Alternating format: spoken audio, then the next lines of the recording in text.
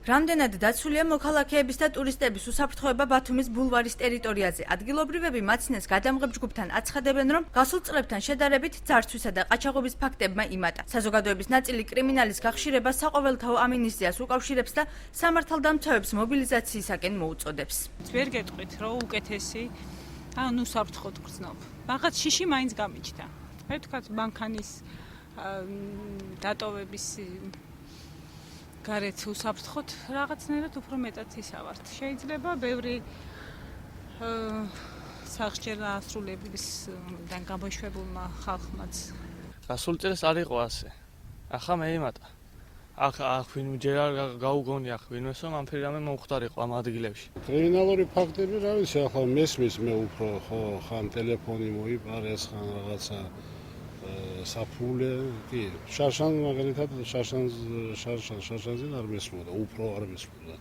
წელს უფრო მეტია. შეიძლება ამნისტიას უკავშირდება. ახალი ბულვარის მიმდებარე ადგილი ნაკლებად დაცული ტერიტორიების ნუსხაში შედის, ამბობს ბათუმის მერი ჯემალ ანანიძე. მისივე განმარტებით გუშინ მომხდარი მკვლელობის შემდეგ აღნიშნულ ტერიტორიებზე აბრა განთავსდება. მასზე მითითებული იქნება, რომ ტერიტორია ნაკლებად დაცულია.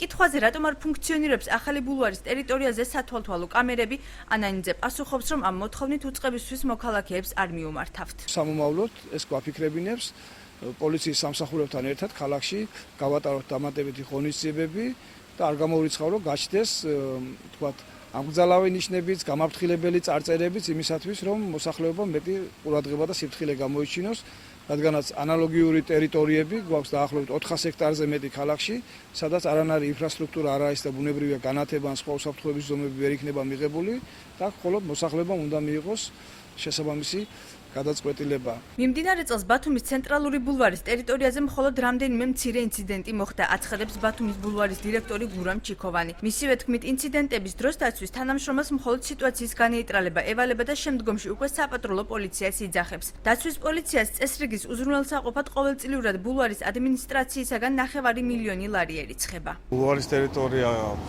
განისაზღვრება ალიდან ნინიდან ამფითეატრამდე და ეს ტერიტორია არის სრულად დაცული, პრაქტიკულად ინციდენტები არ ხდება. თქმა უნდა შეაჩეროს ინციდენტი, შეძლება ვიზდაგვარად და შემდეგ გადასცემენ პოლიციის სამმართველოს, რომლებიც პრინციპში არიან ბულვარის ტერიტორიაზე და რეაგირება ხდება დაუყოვნებლივ.